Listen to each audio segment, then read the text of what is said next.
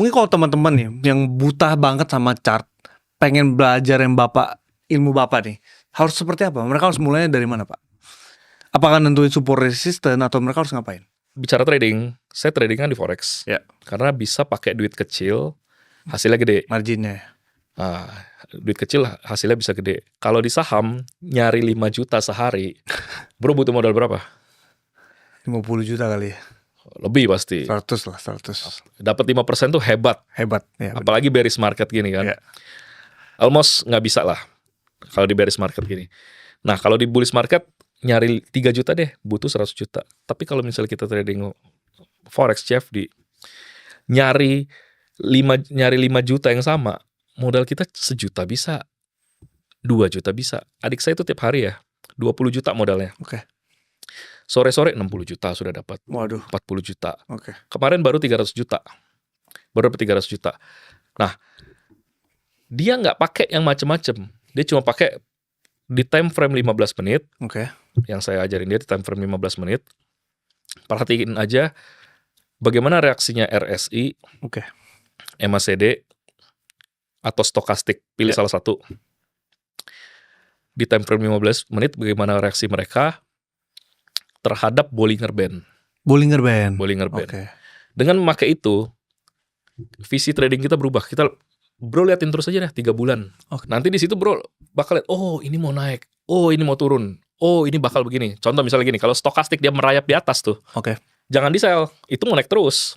Oh, kalau di atas kata orang waktunya saya. Bawah kan, tapi kalau dia merayap di atas. Oh, kalau masih stay di atas cukup lama gitu ya? Ya merayap di atas, itu mau naik kayak gitu loh. Oh, oke.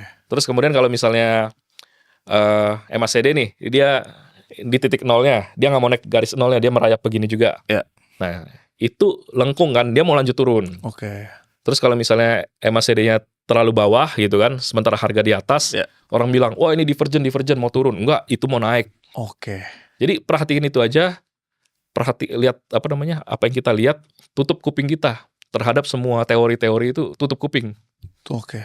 Jadi ini kan teorinya begini, ini kan teorinya begini. Jangan, itu lu dibohongin. Lu lihat apa yang lu pelajarin, catat satu-satu. Oke. Itu aja cukup. MACD, stokastik, RSI, Bollinger Band. Sama kalau misalnya butuh tambahan di Fibonacci pakai Fibo 0,236 sama 382. Oke. Orang kan bilang Fibonya golden ratio 0,18. Enggak, coba pakai 236, 312. Itu Anda pasti berubah gaya tradingnya. Pasti cuan ya? Bukan pasti cuan. Oke. Kemungkinan besar jago. Jadi next level lah. Next level. Oke. Terus selanjutnya nih Pak, Bapak udah punya member, maksudnya punya kelas, banyak ketemu orang juga. Kenapa sebenarnya retail tuh banyak rugi di trading tuh kenapa? Alasan utama yang Bapak lihat tuh apa? FOMO dan serakah. FOMO. Ya, alasan utamanya jadi gini, dapat duit tuh gampang. Berhentinya mereka nggak tahu kapan. Berhentinya nggak tahu kapan? Nggak tahu. Bro, tiap hari cuan nih. Hari ini cuan. Saya bilang, bro udah berhenti, stop dulu ya. Nggak mau pasti. Ntar dulu, anginnya lagi bagus bro. Lagi hoki nih. Tangan gue lagi wangi gitu kan. Nah itu yang sulit di situ. Jadi mereka, misalnya contoh, dia lihat informasi kan. Oh yang itu cuan naik, masih bisa masuk nggak ya? Oke. Masuk deh gitu kan. Ngejar jadi. Ngejar. Kemudian dia cuan. Kalau udah jago juga ya, cuan berkali-kali, itu harus ada waktunya berhenti. Itu adik saya yang saya ceritain tadi. Dia kalau udah cuan, dia uninstall aplikasi. Dia uninstall, dia istirahat 2 hari gitu kan, supaya nggak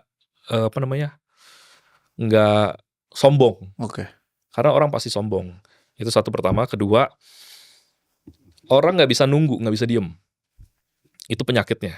Jadi bro kalau punya duit, gelisah nih, ini saya mau taruh di mana ya? Barang apa yang mau naik ya? Mau taruh di mana ya? Kalau enggak duit saya kemakan inflasi ya, diam aja dulu lah duitnya. Nggak bisa cash gitu, mereka nggak bisa cash. Barang gitu. Iya, cashnya semakin banyak dia gatel gitu loh. Nah jadi misalnya barang udah jatuh turun, naik dikit aja, ya saya udah ketinggalan nih gitu kan. Nah jadi itu yang tidak bisa diajarin sebenarnya. Jadi harus melalui by pengalaman, harus digampar sama market berkali-kali, baru sadar, oh ya gue nggak boleh kayak gini. Retail rata-rata rugi karena di situ. Saya.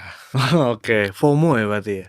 Kalau Bapak sendiri waktu itu pernah di tahap itu kan masih? Pernah Gimana cara biar nggak FOMO gitu misalnya? digampar sama market aja. Udah kapok udah. Di humbling market ya berarti ya? Di humbling market. Oke. Saya udah humbling-humblingnya sama market. Oke. Jadi ketika bro sombong nih, maksudnya udah ngerasa udah mulai pamer cuan. Ya. Wih keren nih. Di story Instagram. Iya. Ya. Nah, mendingan bro take profit semua, diem aja. Oke, itu nggak bisa orang sih kayaknya. Nggak lama, biasa setelah itu MC. Biasanya begitu. Oke.